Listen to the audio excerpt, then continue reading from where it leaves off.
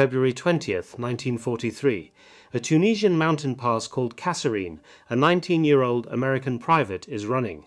He has thrown away his rifle because a rifle without a plan is only weight, and he needs to be lighter than the German tanks behind him. In 72 hours, 6,500 American boys have been killed, wounded, or captured in these mountains. 183 American tanks lie burning on the sand. It is the worst defeat the United States Army has suffered since the Battle of the Little Bighorn. What happens next is a story that no one in Washington, no one in London, and no one in Berlin believes is possible. 4 days later, 600 miles west, in Algiers, a British general sits down at a desk that has seen 4 countries in 3 years.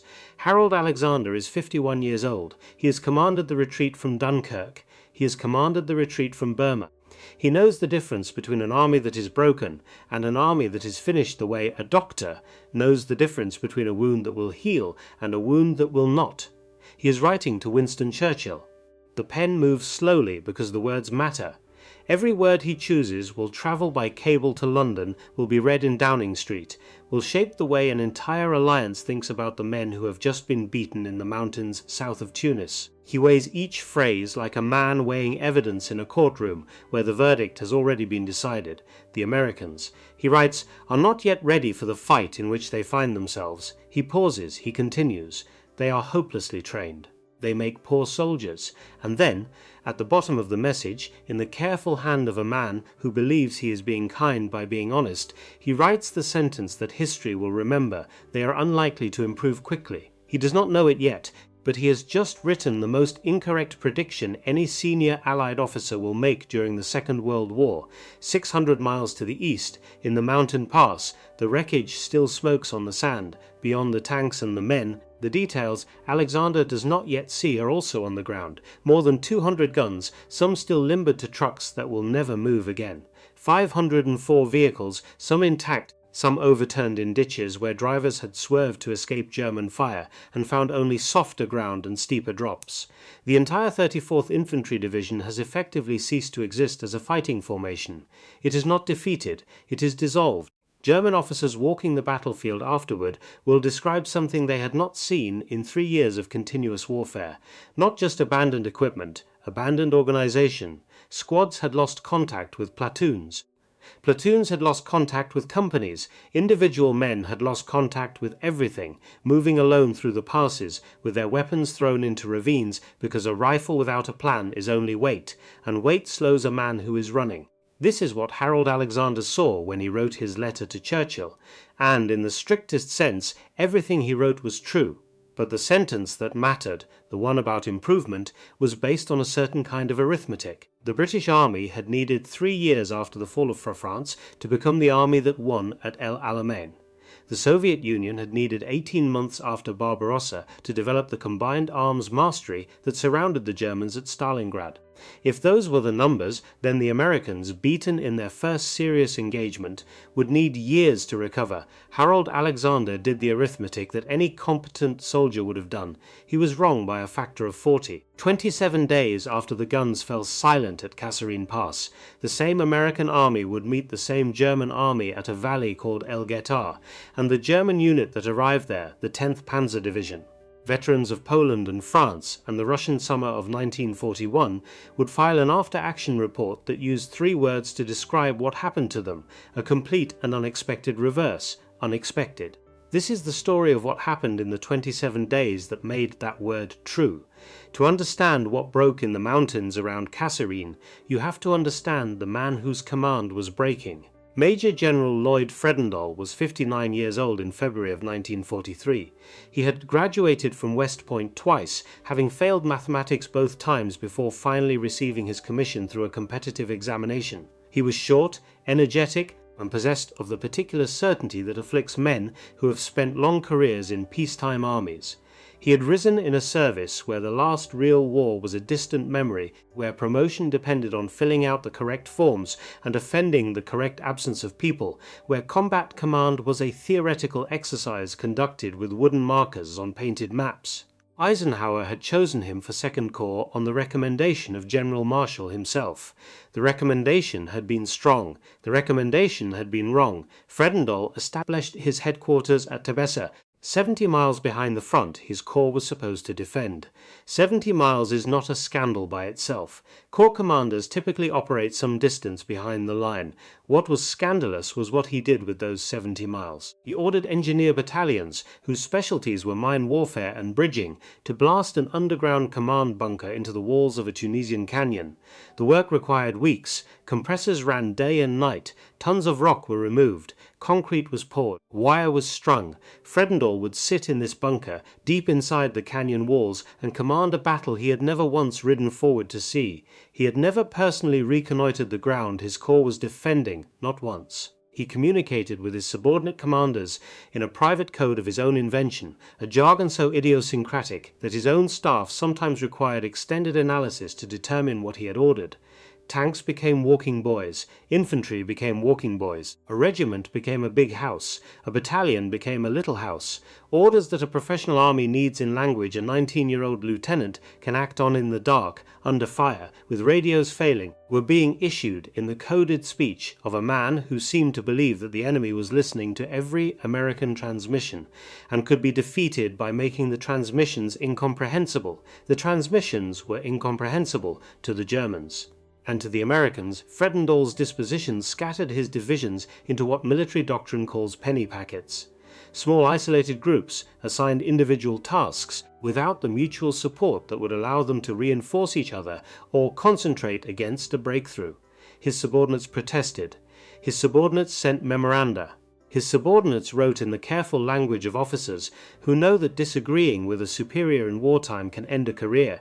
Fredendall ignored them. He was, in his own mind, a professional soldier making professional judgments. He was, in every objective sense, a man in a hole in the ground drawing lines on a map he had never walked, 200 miles to the west. Another man was reading the same maps. Erwin Rommel was 51 years old. He had commanded a division in the invasion of France. He had commanded a corps in the deserts of Libya. He had defeated the British so many times, in so many places, that his name had become a kind of superstition among their soldiers, a word spoken quietly, the way men in older centuries spoke the names of plagues. He was also, in February of 1943, dying, not from wounds, from exhaustion, from the accumulated damage of 3 years of continuous command in one of the most physically brutal theatres of the war. His stomach had begun to fail him. His blood pressure had begun to swing between extremes that his doctors could not stabilize. He knew, as professional soldiers sometimes know these things, that whatever he was going to accomplish in North Africa, he was going to accomplish soon, or not at all. He looked at the American positions in front of Kasserine Pass, and he saw what Fredendall's dispositions had made visible to any experienced eye. He saw penny packets, he saw seams, he saw an army whose commander did not understand his own ground, so he attacked. On February 14, 1943, 6 days before the American private in our opening began to run, the 10th and 21st Panzer Divisions came out of the mountains. What happened in the days that followed has been written about extensively, so we will describe it here only by the specific technical failure at its heart, because that failure is what makes everything else in this story possible. When the German tanks came through the passes, the American units defending them could not call for artillery support.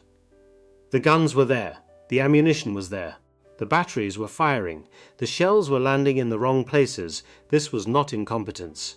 This was doctrine. American artillery in North Africa was still operating on a system in which each battery had its own dedicated forward observers, and those observers could only call fire from their assigned battery. An observer watching German tanks overrun an American position could not redirect fire from adjacent batteries that were not engaged. The system had no mechanism for cross-battery coordination against a target that had not been designated in advance. If the enemy attacked where the map said he would, the guns worked. If the enemy attacked anywhere else, the guns fired into empty desert, while the men who needed those shells died within earshot of them. This is the first thing you need to understand. The Americans at Kasserine were not cowards. Cowardice under fire is rare in any army, and specific evidence of it at Kasserine is thin. What the Americans lacked was not courage. What they lacked was a fire coordination system that could put steel on the enemy in the places where the enemy actually was, rather than in the places where a peacetime staff had guessed he might be. And no amount of individual courage can compensate for that. A man dying under a tank track with a working radio, and no one on the other end of it, is not being failed by his own character. He is being failed by the institution that put him there, and here is where the story becomes strange. The solution to the problem that killed those men had already been designed, 12 years earlier, in Oklahoma at Fort Sill. In the early 1930s, an American artillery officer named Carlos Brewer, then commanding the gunnery department of the Field Artillery School, developed a concept he called the Fire Direction Center, a central computation hub that would coordinate fires from multiple batteries onto a single target using a unified grid so that any observer could call fire from any battery within range. Working alongside him, and among the officers who understood the doctrine as few others in the army would understand it, was a captain named Orlando Ward. The doctrine had been written into field manuals. The doctrine had been demonstrated in exercises. The doctrine had been adopted in principle, filed on shelves, and then implemented across the peacetime army with the inconsistency that peacetime armies bring to everything they do. By February of 1943, when Rommel's tanks came through the passes, the Fire Direction Center existed as pages in a manual. It did not exist in the ground where the men were dying, and now the arithmetic of history turns cruel. Orlando Ward, who had helped refine the doctrine that could have saved American lives at Kasserine, and who understood it as few armor commanders in the army did, was at Kasserine. He was commanding the 1st Armored Division. His division was among the units being destroyed by the artillery failures his own doctrine had been written to prevent. He watched, from his forward headquarters, as the system he had helped invent failed his men in real time because no one above him had enforced its adoption, and no one beside him had been trained to use it, and no one below him even knew it existed. He would not lose his command in the immediate aftermath. He would lose it later. We will come back to him. By February 22nd, Rommel had reached the limits of his own supplies. His tanks were burning fuel that could not be replaced. His crews were sleeping in shifts because the war would not stop long enough for them to sleep at all.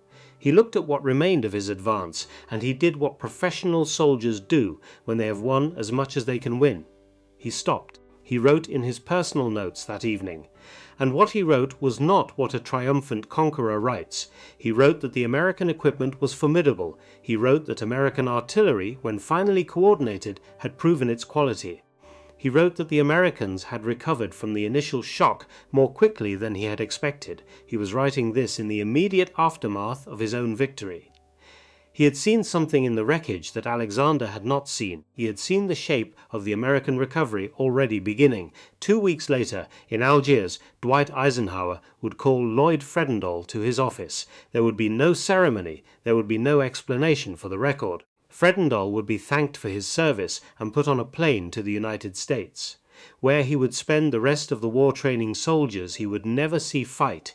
His replacement was already on the way from Casablanca. His replacement was a 57-year-old cavalry officer who wore 2 ivory-handled pistols on his hips, who spoke to his soldiers as if he were speaking to horses, and who had exactly 17 days to do something no one in the Allied High Command believed was possible. His name was George Patton, and the clock had already started. But before George Patton was on the way, another man was already there. His name was Ernest N. Harmon. He was 48 years old. He commanded the 2nd Armored Division back in Morocco, and in the final days of February 1943, Eisenhower had summoned him to Algiers and given him an assignment that appeared nowhere in any manual any West Point cadet had ever studied. Go to Tunisia. Report on what you find. The orders were deliberately vague. Harmon understood exactly what was being asked of him. He was being sent to determine whether the man commanding 2nd Corps could still command 2nd Corps, and he was being sent under the polite fiction that he was merely offering assistance. He landed at Tebessa in the 2nd week of the retreat. He drove himself to Fredendall's headquarters. He walked into that concrete bunker deep inside the canyon wall, and he found a corps commander who had not moved in days, surrounded by staff officers who could not tell him where his own divisions were. Harmon stayed for several days. He rode forward to see the units. He talked to battalion commanders whose faces had the specific grey colour of men who had not slept and had lost people they knew. He read the sitreps. He read the codes. He watched Fredendall issue an order to withdraw a unit that had already withdrawn, and then issue an order to hold a position that had been overrun 48 hours earlier. When Harmon flew back to Algiers in the last days of February, Eisenhower asked him, in a private meeting, one question: Should Fredendall be relieved? Harman did not hesitate. He should have been relieved a week ago, but Harman was not the only observer Eisenhower had sent. There was another man, quieter, arriving days after Harman's return, moving through the same headquarters and the same units, and no one in Second Corps understood what he was actually doing there. His name was Omar Bradley. He was 50 years old. He was, on paper, an Inspector General with a vague brief to assess Second Corps readiness. In fact, he was Eisenhower's personal set of eyes and ears, sent to independently confirm what Harman was seeing. Bradley wrote his own reports. Bradley talked to his own sources. Bradley described Fredendall's headquarters in language he would later use, softened for publication, in his memoirs. He described a command post that felt like a rabbit warren dug into a mountain. He described a command who spoke of tanks and infantry and regiments in a code that meant nothing to the men who had to fight them. He described, in short, a corps that had lost its head before it had ever lost its heart. Eisenhower now had two independent assessments from two officers who had never coordinated their observations. Both assessments agreed. In the first week of March, in Algiers, Eisenhower made the decision that ended Lloyd Fredendall's field command. On March 6th, Fredendall was informed. He took it, by all accounts, with the surprised dignity of a man who did not quite understand what he had done wrong. He was flown to the United States. He was promoted, in one of the quiet acts of institutional kindness that armies sometimes perform for their fallen, to lieutenant general. He would command the Second Army in the training camps of the American South. He would train the men who would fight the last 2 years of the war, and he would fight none of them himself. His replacement arrived on March 7, 1943, in a staff car flying pennants that no American general had ever bothered to fly in North Africa. George Smith Patton Jr. was 57 years old. He was tall, he was rich, from his own inheritance and his wife's. He was profane in a specific and theatrical way. He wore a helmet polished to a mirror shine. He carried 2 revolvers with ivory grip, one on each hip, and he had been carrying them in one form or another since he had chased Pancho Villa across northern Mexico in 1916. He had never commanded a corps in combat. He had exactly 17 days. What he did in those 17 days has been described so many times that its most famous elements have become a kind of caricature. The uniform inspections, the neckties, the $50 fine, the stopping of jeeps by the side of the road so that Patton personally could correct the way a soldier was wearing his leggings while, a few miles east, German artillery was audible in the passes. All of it is true, all of it happened, and all of it misses the point. The uniform campaign was not the transformation. The uniform campaign was the surface of the transformation. What Patton was doing, in a language his soldiers could understand, was reintroducing a principle that had eroded into Second Corps to the point where it was not clear anyone remembered it at all. The principle was simple. The rule is the rule. If it is written down, it is enforced.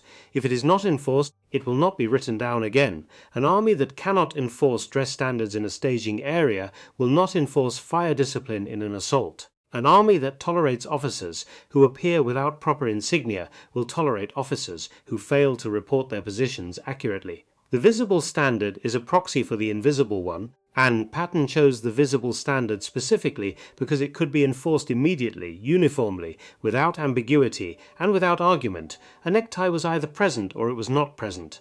A helmet was either worn or it was not worn. There was no interpretation. There was no context. There was no possibility of the informality that had crept into every corner of Fredendall's command like water into a leaking hull. Omar Bradley stayed on as Patton's deputy.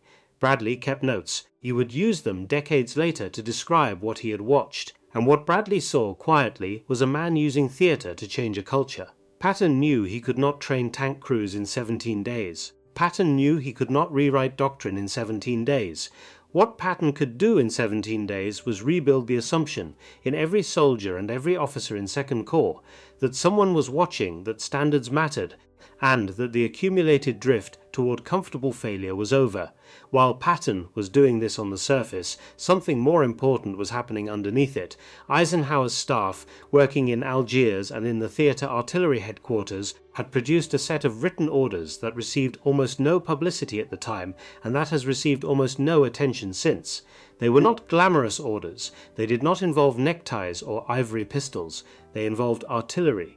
The Fire Direction Center doctrine, the one Brewer had developed at Fort Sill 12 years earlier, and that Ward and a handful of others had understood and refined, would now be implemented uniformly across every American artillery unit in the theater, not as a suggestion, not as a goal. As a written order with specific compliance requirements and a timeline measured in days, forward observers would be cross-trained to call fires from batteries other than their own. Artillery coordination would be a core asset, not a battery asset, the SCR-300 radio, produced by Galvin Manufacturing.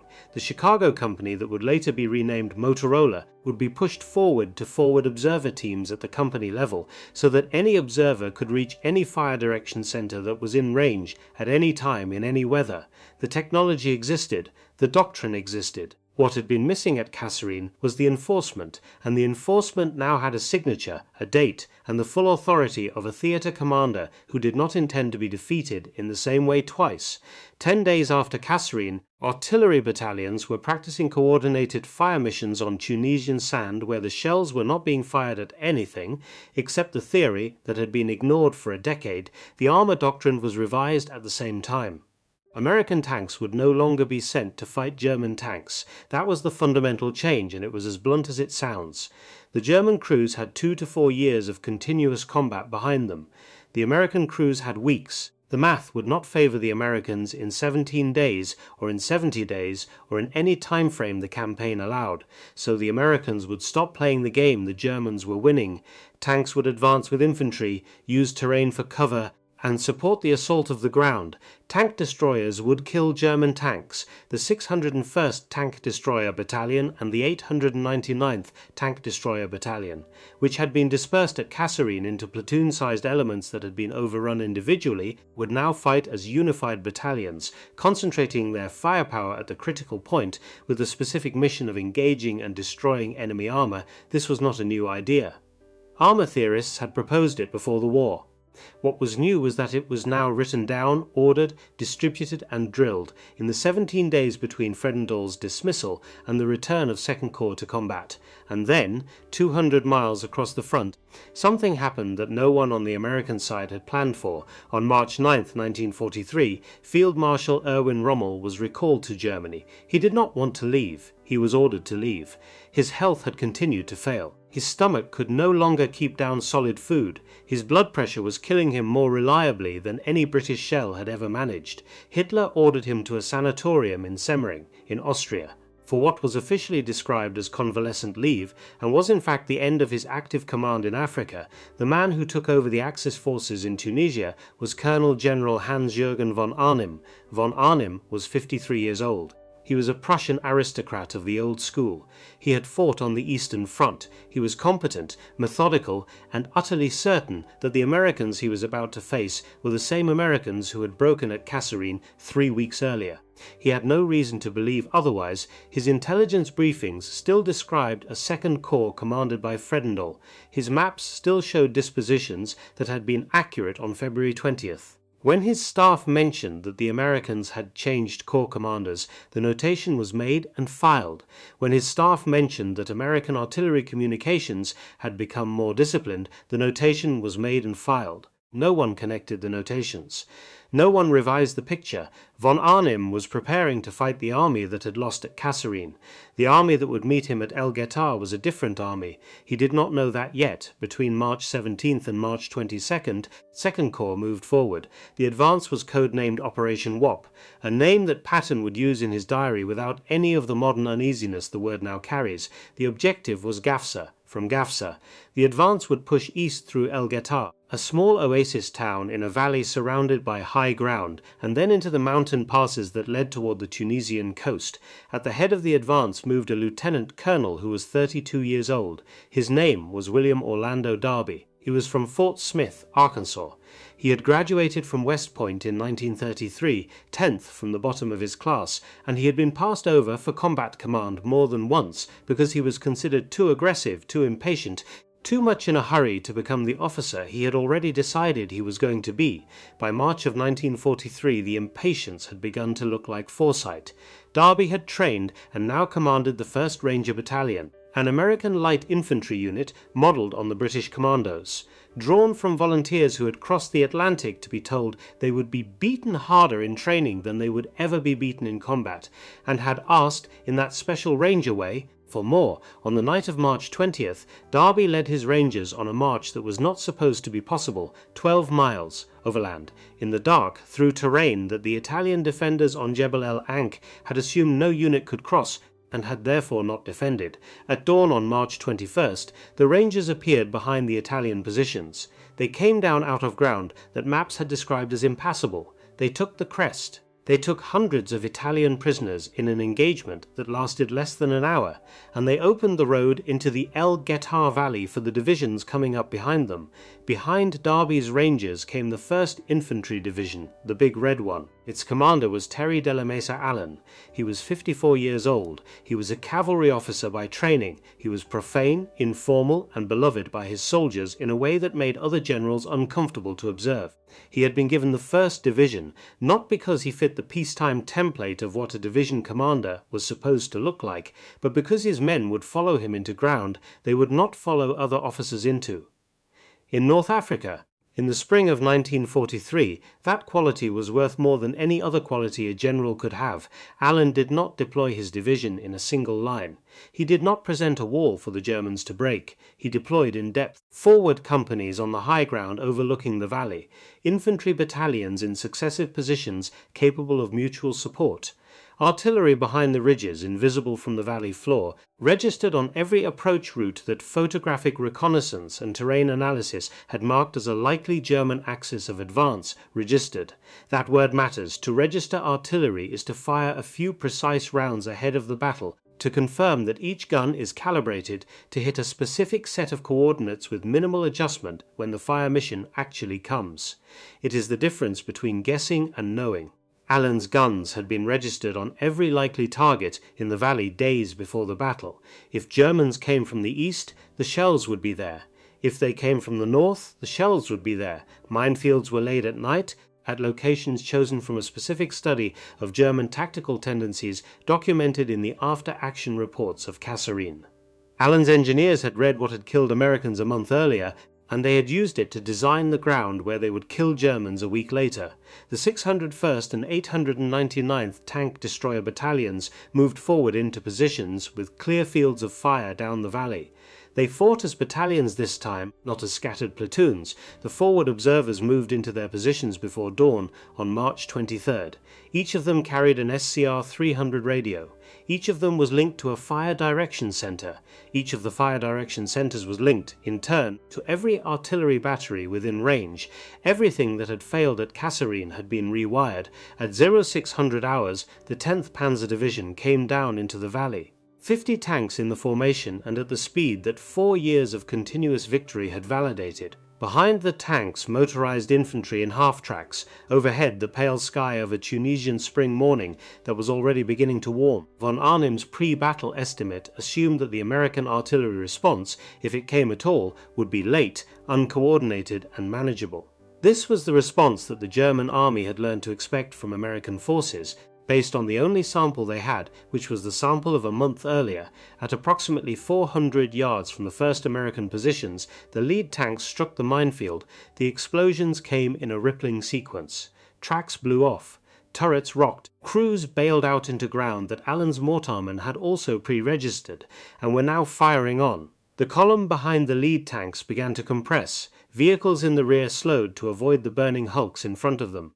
The formation that 4 years of doctrine had built began to bunch into the specific shape that artillery officers dream about. The forward observers had been watching the column since it entered the valley. They had been transmitting continuous updates on its position and its bearing. When it stopped and compressed, the transmissions changed one word, fire for effect. The word went out simultaneously on the SCR 300 nets from multiple observers to multiple fire direction centers, to every battery within range. The first salvo landed within 90 seconds of the minefield detonations, then the second salvo landed while the first was still exploding, then the third. For 12 minutes without interruption, the artillery of the 1st Infantry Division and its supporting units fired for effect on a target that could not maneuver, could not counter battery, and could not identify where the fire was coming from. The guns were behind ridges the German observers could not see. The coordinates were pre-registered. The corrections, when they were needed, came from observers linked to every battery at once, high explosive against tank hulls. White phosphorus airburst above the infantry who had dismounted to try to clear the mines. Shell after shell after shell from batteries that a month earlier had not been able to concentrate on the same target if their crews' lives depended on it, and now, in this spring morning in Tunisia, were massing fire on a compressed German column with the mechanical precision of a doctrine that had finally been enforced. 2 German tanks broke through the confusion and pushed forward into the American positions. They came within range of Allen's forward command post. Staff officers looked up. Someone suggested withdrawal. Allen refused. He would not move his command post. He would not authorize any subordinate to move his. The tanks would be engaged from where the division stood, and the division would stand where it was. The tanks were engaged. The tanks were destroyed. And in the specific stillness that follows a decision like that, everyone within earshot of Allen understood that they were no longer in the army that had run from Kasserine. By 0900 hours, 30 German tanks lay burning or disabled in the valley. The survivors of the 10th Panzer began to withdraw toward the mountain pass they had come out of 3 hours earlier, von Arnim. 600 miles away in his headquarters, received the reports and did what a Prussian professional does when the picture on his map does not match the picture the battle is making. He assumed the first attack had been a probe. He assumed the American resistance was a temporary crust that would break under a second, harder blow delivered from a different angle. At 16:45 hours he ordered the second attack. It came from a different direction, as he had planned, and the American fire direction centers, which had pre-registered every approach into that valley from every direction the terrain allowed, found the second column within minutes of its arrival on the map. The artillery of the Big Red One found it again. The second attack failed with losses similar to the first. There was no third attack. The 10th Panzers withdrew from the El Guettar Valley in the late afternoon of March 23, 1943, and its after-action report, filed in the days that followed by staff officers who had spent 4 years describing German victories, used a phrase that stood out in the German archives for the specific flatness of professional understatement, a complete and unexpected reverse. Unexpected. That was the word. That was the forensic verdict of the German army on the 27 days that Harold Alexander had believed would not be enough. And in the days that followed, as Second Corps consolidated the ground it had taken, and the survivors of the 10th Panzer counted their dead, the man who had helped shape the doctrine that had done this thing was still commanding his division 50 miles to the north, unaware that a decision about his own future had already been made in Patton's headquarters. His name, still, was Orlando Ward, and what was about to happen to him would be the strangest and cruelest twist in the entire 27 days. On April 5, 1943, 13 days after the guns fell silent at El Guettar, George Patton drove north to a headquarters tent pitched in the shadow of a hill called Jebel Burda. He was there to relieve Orlando Ward. Ward was 51 years old. He was a soft-spoken man. He was not a shouter. He was not a figure of the theatrical school of command that Patton had made famous in 17 days. He was, by any objective measure, one of the most thoughtful officers in the American armored force, and he had been thinking about combined arms warfare since his years at Fort Sill in the early 1930s, when the mathematics of the Fire Direction Center were being worked out on paper, the color of old wheat in the offices where he served. The doctrine that had killed 30 German tanks at El Guettar was doctrine he had helped shape.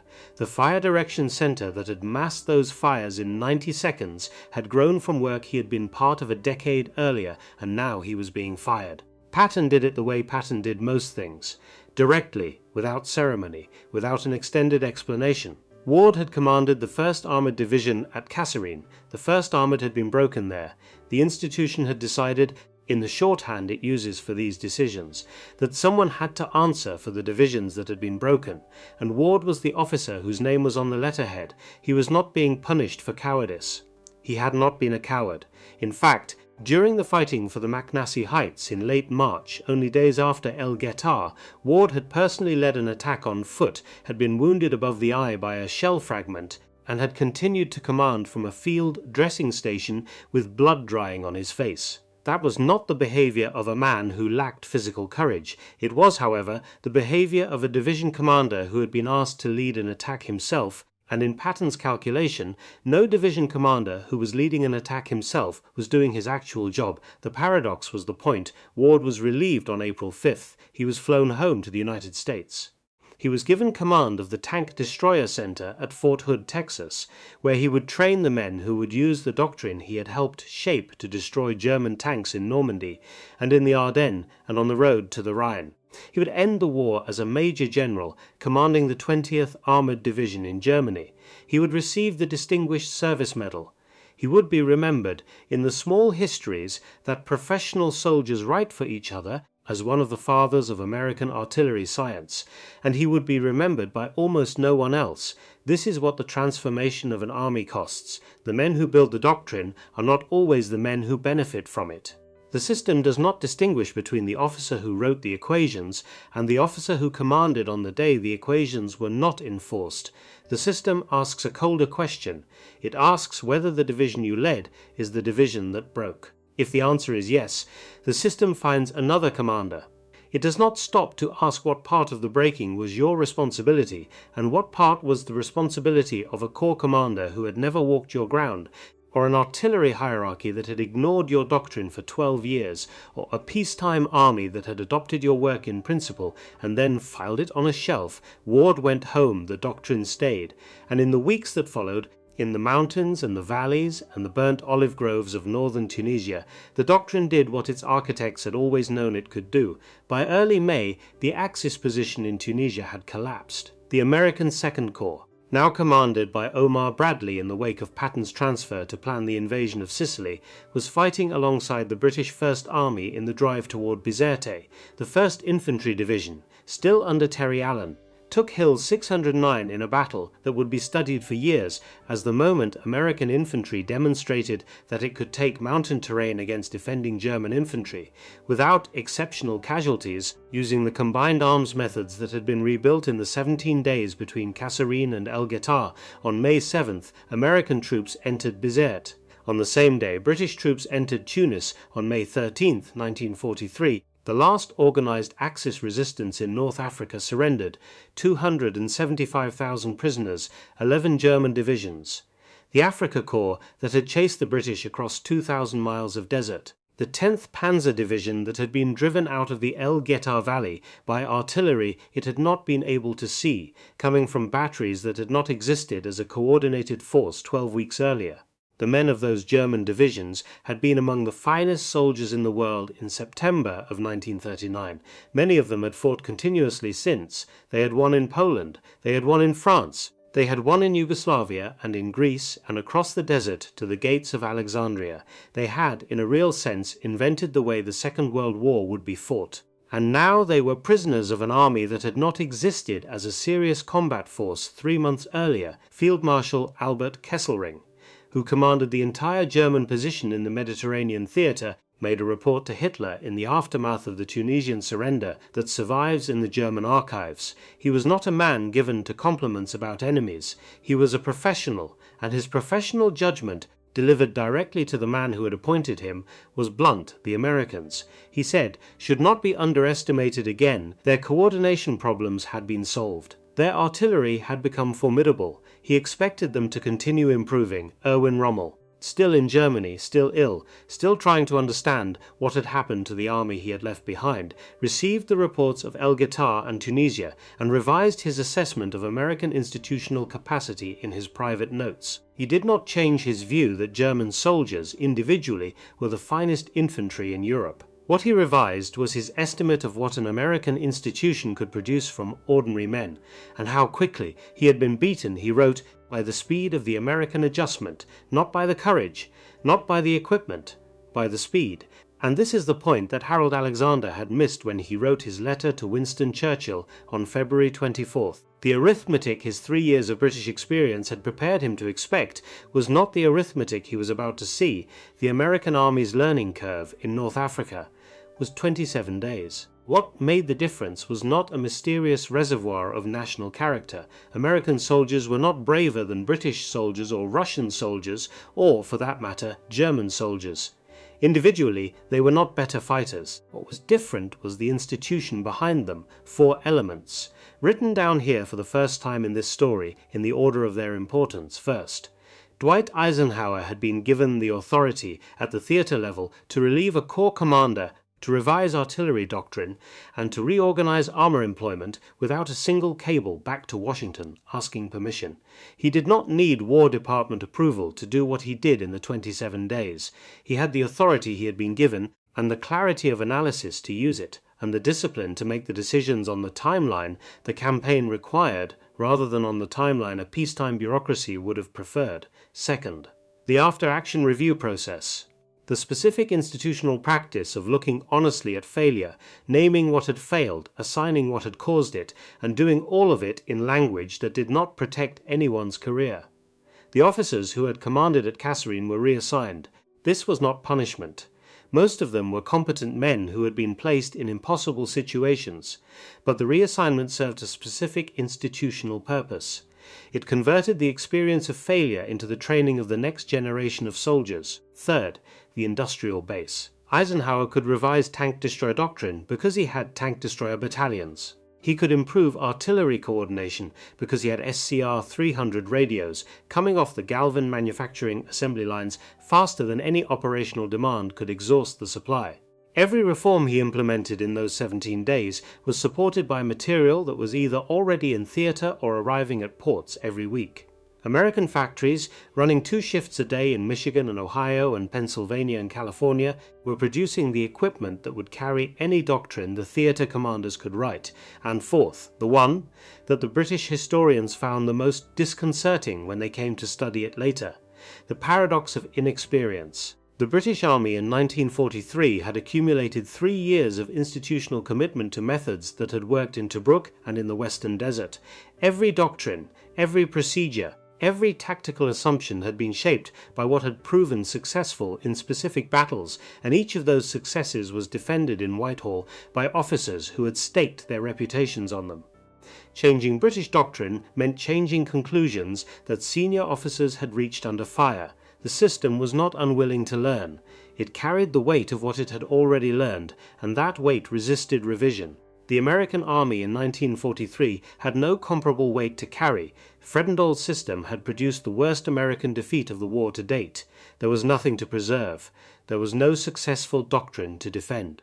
There was only a specific and honest accounting of a catastrophic failure and the institutional authority to respond to it. Inexperience, in the American case, had been a liability on February 20th. Inexperience, in the American case, became an asset on March 7th. The historian Gerhard Weinberg would later write that it was difficult to understand why the British had found it so hard to comprehend that Americans learning in weeks what had taken the British 3 years was a sign of American institutional capability, not evidence of American inadequacy. The length of the British learning curve, Weinberg wrote, was not evidence of British seriousness. It was evidence of the friction that success creates in military institutions. And this is where the 27 days connect to everything that came afterward. The fire coordination system that had failed at Kasserine and worked at Guettar became the standard across all American forces in all theaters. It massed fires at Salerno. It massed fires at Anzio. It massed fires at Saint-Lô in July of 1944, when the artillery of the American First Army prepared the way for Operation Cobra, the breakout from Normandy. It massed fires at Elsenborn Ridge in December of 1944, when the American Fifth Corps stopped the northern shoulder of the German Ardennes offensive on ground that Wehrmacht planners had assumed would collapse in 48 hours. The doctrine that had been enforced in North Africa in 10 days was by then so deeply built into the American way of war that the men firing the guns at the Bulge no longer thought of it as doctrine, they thought of it as normal. The tank destroyer doctrine that had grown out of Guettar became the basis for American armored operations across Europe.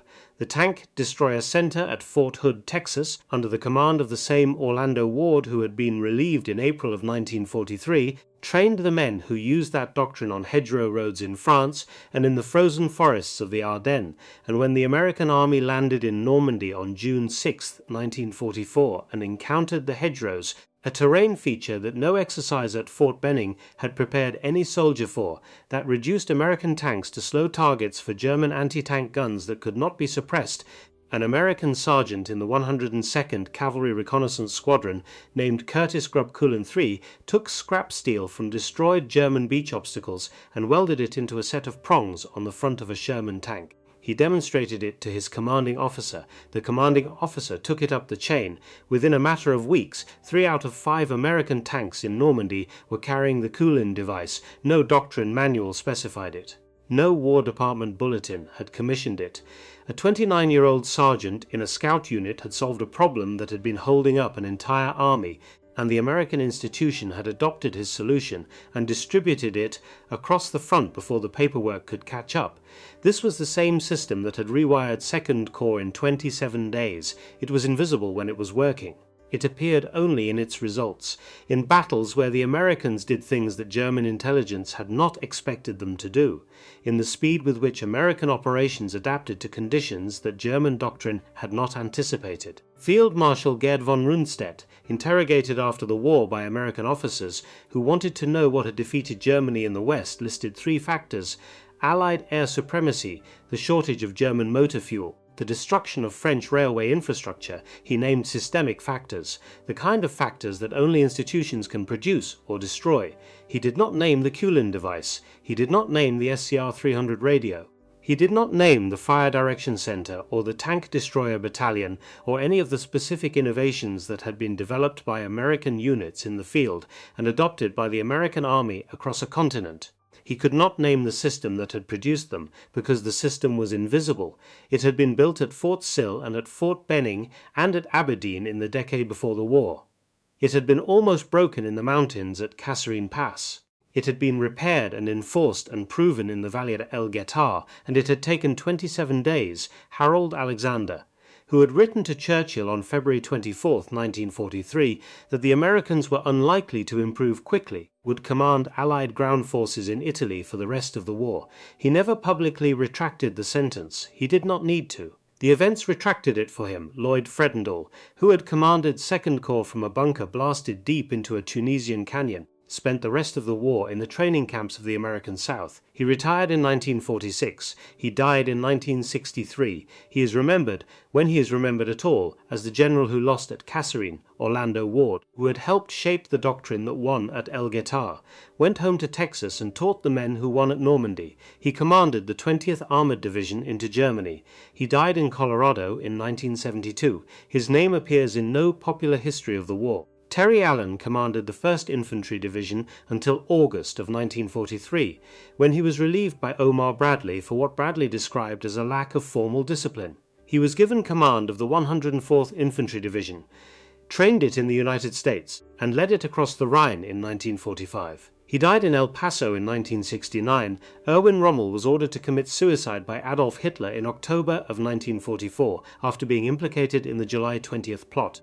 He took poison in the back of a staff car on a road outside his home village of Herlingen at the age of 52. George Patton commanded the Third Army across France and into Germany.